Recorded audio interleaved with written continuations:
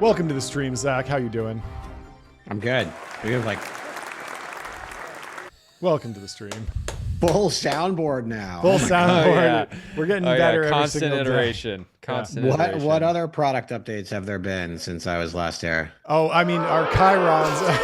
Yeah. Stop asking hard questions about our updates. We're doing fine. I noticed the sponsor, whoever makes the yellow drink, I assume. no. To they're be not, honest- they're to be not honest- sponsoring us. To be honest, I did grow up in the town that this company is from, okay. but we have no We have no connection. proper affiliation. Honestly, with if anything, we Guayaquil should from just wrap Renate. these in ramp yellow. We should. and We then, should. Anyways, yeah. good to see you. Good to see you. Yeah, good to see you guys. Thanks for. I mean, we wanted to have me. you on initially to talk about the most favored nation drug pricing EO. It's been a week or two since then. There was kind of like I think it that dropped was Sunday. 3 It felt like EOs years ago. But I mean, it felt like Sunday, like, oh, this is going to be Black Monday for biotech. It didn't happen. The biotech stocks did fine. They also, this was coinciding with the pullback on the tariffs broadly, so the market rose overall. Can you give us how you process the information, how you're thinking about it now? Does this thing matter? Should we even be talking about it? Should we just move on?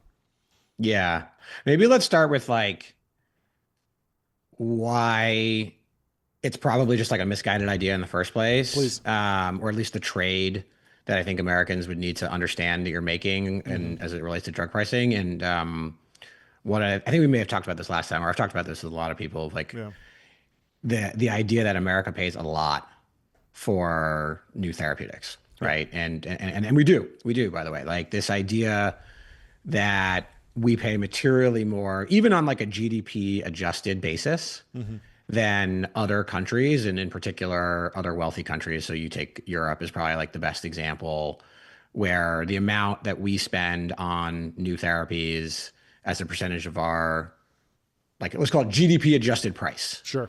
if you will, is still on the upper bound. So like America pays for the innovation for the rest of the world. But don't we get the innovations like 5 to 10 years faster than the rest of the world? We definitely get them faster. We are usually the first place all these new drugs launch. Yeah. There's also a set of therapies that we have that you just cannot get anywhere else. Like other countries refuse to pay for them. It's socialized medicine, right? So it's like a single budget. And then there's also the factor of the rebates, where the headline price that you see quoted in America is not what Americans typically pay, even if they don't have insurance. So you might see that some like Alzheimer's drug is 10 times or 100 times the headline price in America versus Japan, but realistically Americans are paying 3 times more, 5 times more, which is still a lot. But it's not the scary number that people often quote. Personally, right? I like paying more for drugs because it inspires me to grind harder. Yeah. Right. I think many Americans. Wait, which feel drugs the same are we way. talking about here? Caffeine, nicotine, creatine, protein, testosterone, mostly. Protein, yeah. Full just TRT juicing before the show. Yeah. No, so like we do pay more. Was where I was going on a net basis. Yeah. Like when you add in all the discounts that are given out, it's not as bad as it makes it seem. But obviously, like when you read about it in the headlines and they're like, oh, this drug's like $65,000 a year, 100, that is the list price. And so, the media doesn't understand net pricing versus list pricing. And so the headlines are much more sensational than they actually are in reality. But yes, the delta still does exist. And we do pay more. Now, part of the reason why we pay more is because if we don't do it, the drugs don't exist. Yeah. And I just think that little like piece of this is really hard for most people to understand, which is like biotech. There's this really amazing analysis that was done by RA Capital, which is like a giant biotech venture fund. And we had one of their principals on the Monday after. Super sharp group, top 5. Do mostly publics, but like this is like a expert group in therapeutics. Yeah, we had Tess Cameron on. Yeah, and they have like a few hundred people. Their founder Peter is super sharp. Cool. We respect them a lot. They actually were investors in one of our company's next rounds. All cool. that. Anyway, good group. They did a very beautiful analysis of the expected value of a biotech investment at various rounds, seed round, A round, B round, so on and so forth. Like, what is the EV of a dollar that you put in? And I will tell you that at both seed and Series A, the EV is negative, negative at our current prices. And the reason for this is like, drug discovery is the single hardest fucking problem that you will ever encounter in your life, because you are trying to make a drug and using all of these tools that are not actually the human being until the absolute end of it. So you have to take all this insane amount of risk and spend tons and tons of money. And the data that you have to make your decisions are like in a petri dish or in a mouse or in a monkey or in a dog. And like, yes, that's useful, but it's not a human. And so like the amount of companies where, because you don't see this in tech, right? You don't see companies that have raised $300 million do one product launch and then go bankrupt. Yeah. And like that happens all the time in biotech. That's actually like the norm, is basically, you know, you've spent a few $100 million. You think this thing is possibly going to work. It works in a dog, it works in a monkey, whatever. The drug-like properties seem all really great. And then you run a human clinical trial for $150 million and it doesn't work and the company's bankrupt and everybody loses their money. And like, and it's not like 20 million. It's like hundreds of million. So, you know, biotech is a expected value negative investment business, even at current prices. And so what that means really quickly, is that just a power law thing where the best biotech venture funds are doing great at seed and Series A? And just like, you know, there's plenty of funds that I could point to in consumer SaaS or enterprise SaaS that are terrible and negative EV, right? I don't think you could point to the asset class being negative EV. True. Right? Like, okay. Yes, there's always a skew in the results, but here we're talking about the entire asset class is negative EV. Okay. And so if you're on the front end of it, great. But like, you know, it's rough. You stick it in the middle, you lose money. In tech, I don't think you get the median fund in tech and you lose money. Like, it doesn't, no. Yeah. So the median fund might be like 1.5x or something. Exactly. Doing something. Yeah. So it's not shifted this way. The whole category. Why is it shifted this way? There's a bunch of reasons. The biggest one, in my opinion, has to do with this concept of called like better than the Beatles, which is basically like, it's a very simple idea when it clicks for you. When I try to launch a new drug, the thing that I have to beat in terms of its efficacy, like how good of a drug is it, is the current standard of care, meaning what a patient would get if this drug didn't exist. So it's not placebo. In most cases, it's not like a water, you know, sugar pill, right? Sure. It's like the current thing. And so as we get better at treating the current thing, the bar gets higher. So it actually, like, the better we do at drug discovery, it gets harder, not easier. We should do that with payroll software. Unless you're better than the best payroll software, you shouldn't be allowed to promote your product. Well, and even more, like, here's the crazy part. You shouldn't be allowed to launch. You shouldn't be allowed to launch. Here's the analogy. You wouldn't be allowed to launch the product. Okay? The government would say, no. You cannot launch until you are better than the current solution. Your corporate card isn't better than Ramp, so you can't launch. It's just ridiculous. That's it. Could you imagine that world where you're like, oh, my new, you know, someone would launch like, I don't know. Yeah, of course. ChatGPT search engine. And then like the federal government's like, nope, Google's better. You can't do this until you're better. Yeah. That is how biotech works. Wow. That is how biotech works. And wait, by the way, is that the right way for it to work? Does that contribute? Like, does it? You have to imagine it contributes to prices being high because it's somewhat anti-competitive, right? If I in the payroll market, right? Like a payroll platform gets super bloated. Yep. Some founders and it costs $100 an employee. A founder comes in, launches an okay version. Also, there's just less 15. iteration on drugs, I would imagine, than on software, right? No, you can't like iterate through it. There's no like learning. You got to like it either is better or not. Here's the problem: are you going to take the drug that's 30% worse but 50% cheaper, even though you don't pay for it? Absolutely not. Exactly. Yeah. So exactly. Now, if you were on the hook, or maybe you saw some of the rebates and went into your pocket, maybe you'd be like, all right, like my psoriasis isn't like that bad. Yeah. I'll take the like 30% less effective drug and I'll like clip some coupons but that we don't do that. Yeah. Because in America we view healthcare as like it's supposed to be free for everybody. And I mean, we kind of do it with over-the-counter stuff. Like if you get like the Mucin X extra strength max, like it might be $3 more than just like generic stuff. Try telling the cancer patient that you're going to get the very slightly different less for that. effective. Absolutely, like very you're just not going to do it. Yeah. And so, the FDA is kind of like, well, what's the bar is current standard of care. That's the standard we've put in place. Yep. Look, if we wanted to create a system where you could launch slightly worse drugs cheaper, like that would be an interesting system. But the problem is the people using the drugs aren't the one paying for the drugs, at least not directly. And so cheaper doesn't win, right? Like you can't shift because the patient at the end of the day does not want the worst drug. Like there's so many situations where you're just like, absolutely not, especially in serious disease, chronic disease, cancer, all the stuff that really matters. Yeah. So going all the way back to pricing, one of these like weird issues in biotech is simply like, as the industry gets better, it gets harder, not easier, which is there's almost like no other industry where that is true. Yeah. And so it's the opposite of learning curve pricing. It's like the opposite of fabs, the opposite of software, the opposite of the internet. Yeah, when you see all these stats of like innovation in biotech has slowed and all, a lot of it is because of this. And they call it better than the Beatles, which is this idea of like, imagine if you wanted to release music and the only way it would work is if you were better than the Beatles, because that's the best. And so like, how much music would you really have? And that's the, I like the phrase because it whatever, it's catchy, like the Beatles. Totally. No, anyway, so it does. The one thing I'll say is it has an interesting effect of pushing for true excellence, right? Like that I mean, does not happen. That certainly doesn't happen in SaaS. There's a lot of people that see a good SaaS product and they're like, I can make an okay version of that and make a couple $1 million a year. Totally. And, there's less cynicism and there's less like we don't have a slop problem in pharma. Well, there's no like move fast and break things because you can't tweak your way to the front. Right? You've got to build the best drug before you put it into people, right? There is no tweaking.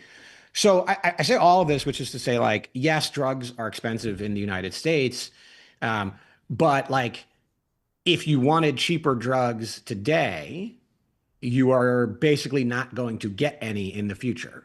And I know everyone's like, oh, that's not true, blah, blah. Like, I am on the front lines of this every single day. I mean, we are one of the larger biotech venture funds at seed, meaning like we take the most risk. We're in that negative EV category. Risk on. Built different. Risk on. Yeah. And so if the price on the other side is not big enough for the risk that you take, it's not that you like tone it down. It's that you just don't do it. You can't. I mean, just to be very clear, like you don't need to do this, right? Like you could walk away from the game, right? And there's and by the way, it's not just me. It's our investors, our LPs. Yeah. Like if my fund and every other biotech early stage investor can't make money, our job will cease to exist because our investors won't let us exist, right? Like there's this money will always be there. No, absolutely not. And so, you need a reward on the other side of it. And I think that trade is really hard for people to think about because you're like, well, it's a lot now. And you're like, yeah, it's a lot now. But if it weren't, that means 10 years from now, you're going to have the same drugs available in 10 years as we have today. Your kids are not going to be any better off from a medicine perspective. So the reward does have to be really big.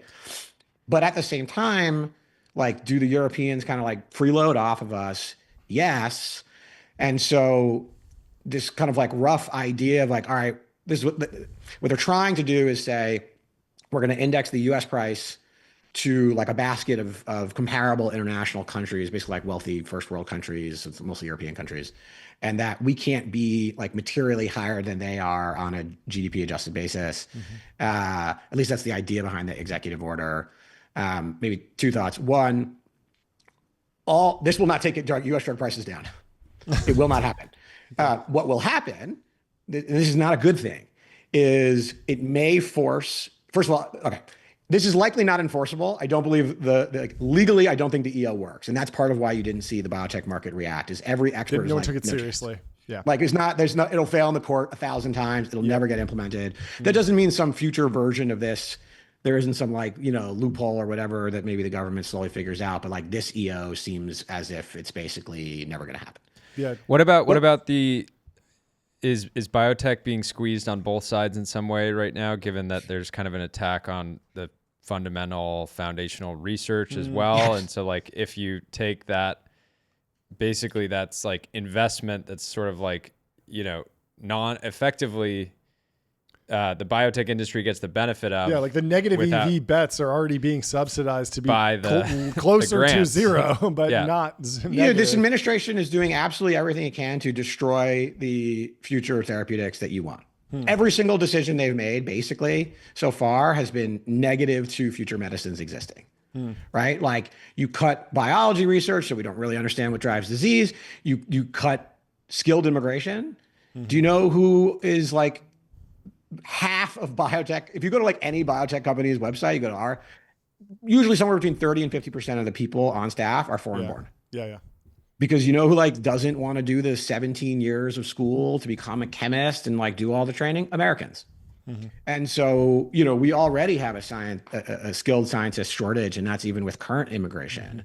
And so like kicking these people out of the country, not letting them come here in the first place to train, like we're just going to have a massive, skills gap. This isn't like bring manufacturing back. This is like, you need to be a PhD in chemistry plus 15 years. Like these people don't exist. And so, most of our senior team at Curie is foreign born. Yeah.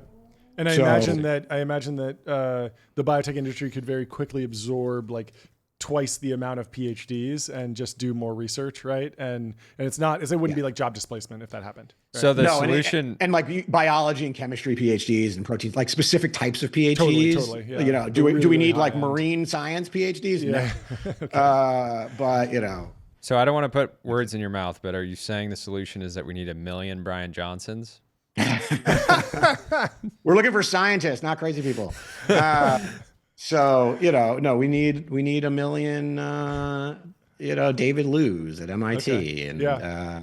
And what about that guy in China, He Jiankui? Have you been following this guy? This is the one like testing stuff on himself. Baby. Yeah, exactly. And he posts these like very vague posts where I thought it was an AI. I thought it was an joke. AI like meme account for months. And he keeps posting like, biotechnology should never be used to create super soldiers. And it's just like a selfie of him. And it's like, it sounds like you're making a super soldier, man. Yeah. And it's unclear how much he's in on the joke. But recently, like he got married and his wife can't get into the country. Have you been tracking that story at all? No, because it's like fringe. It's like, it's like the New York Post of science. Yeah.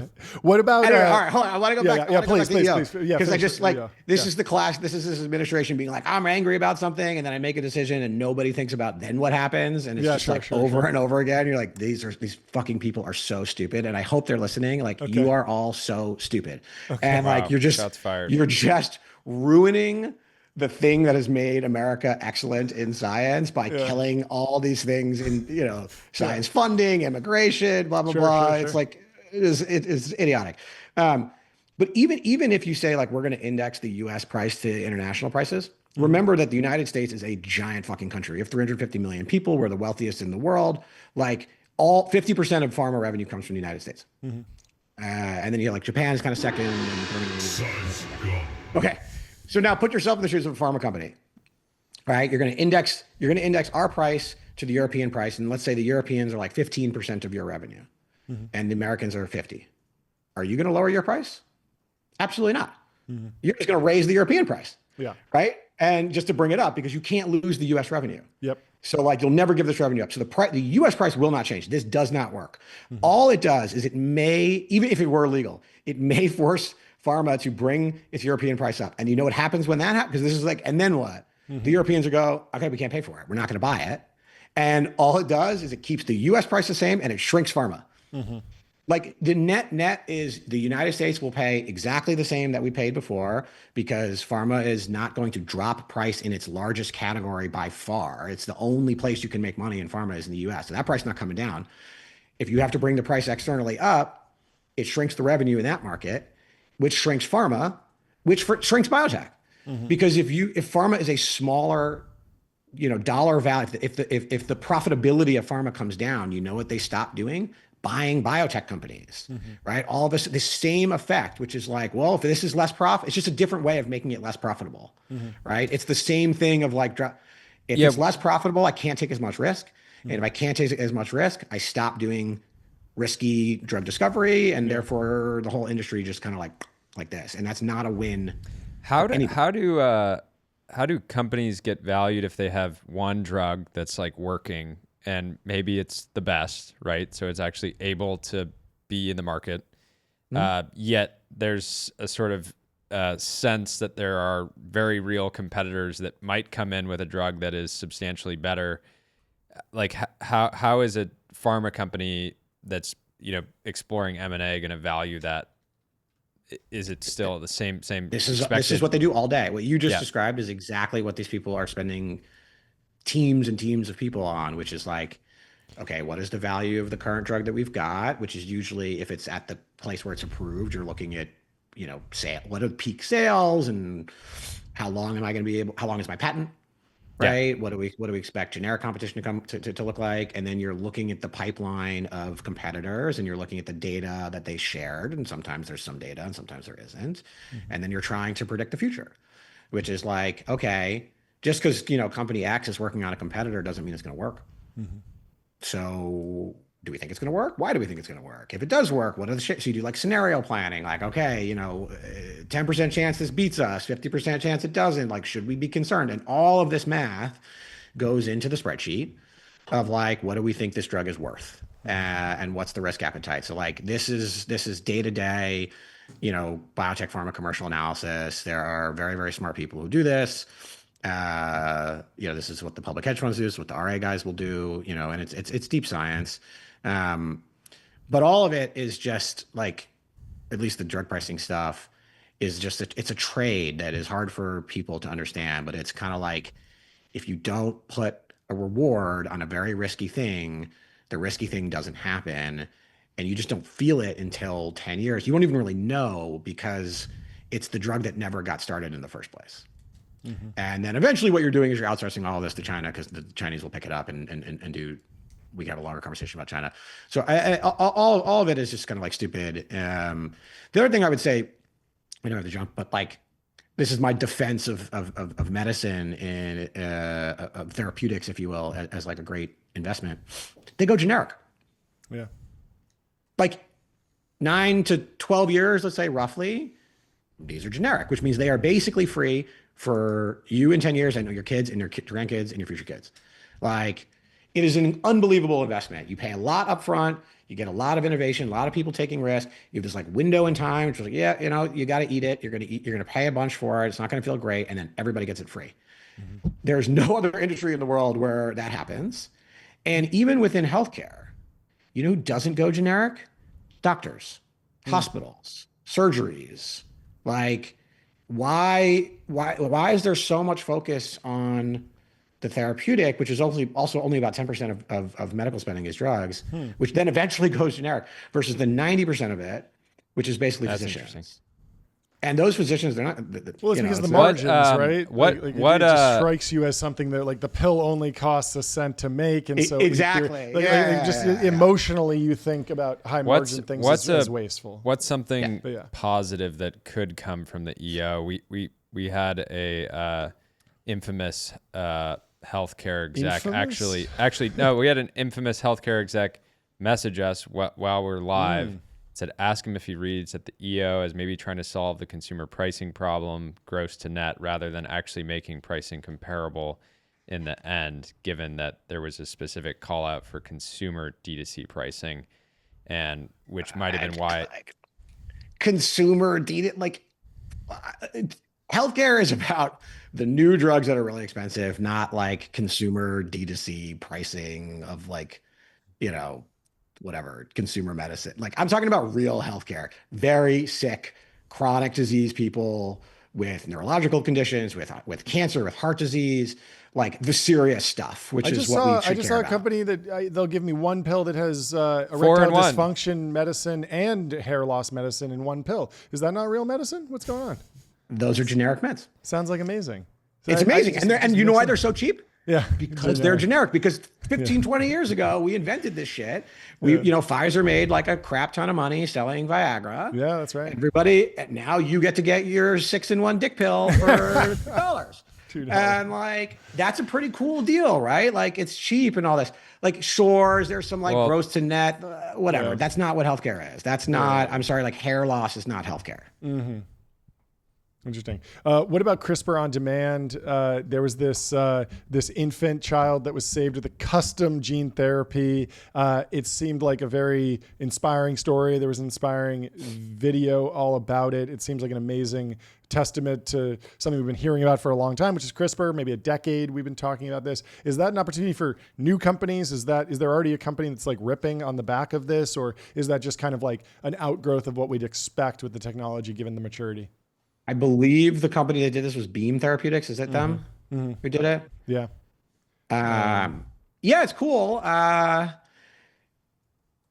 This is a perfect example, right? Which is like that. I think it's Beam. I can't remember offhand which one it is. That company that successfully developed this therapeutic is trading for less than money raised. Whoa. Wow. Okay. Moment of silence. It's terrible. Right. And why?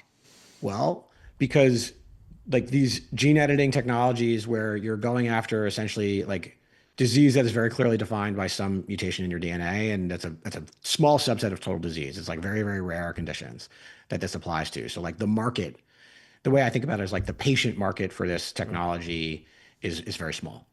These are horrible diseases that in theory can be treated through gene editing. There's not that many of them. But you can do some really amazing things if you can make these edits, which is the first time this has ever happened. But like if you add up the patient population of like all of these conditions where you could possibly do this, it's not that many. I don't know the math offhand. I bet you it's probably like tens of thousands at most. Okay, and so like plus the variable cost of manufacturing this stuff on a per patient basis can be hundreds of thousands of dollars. Are we going to get some blockbuster gene editing for hair loss and then we're back in business?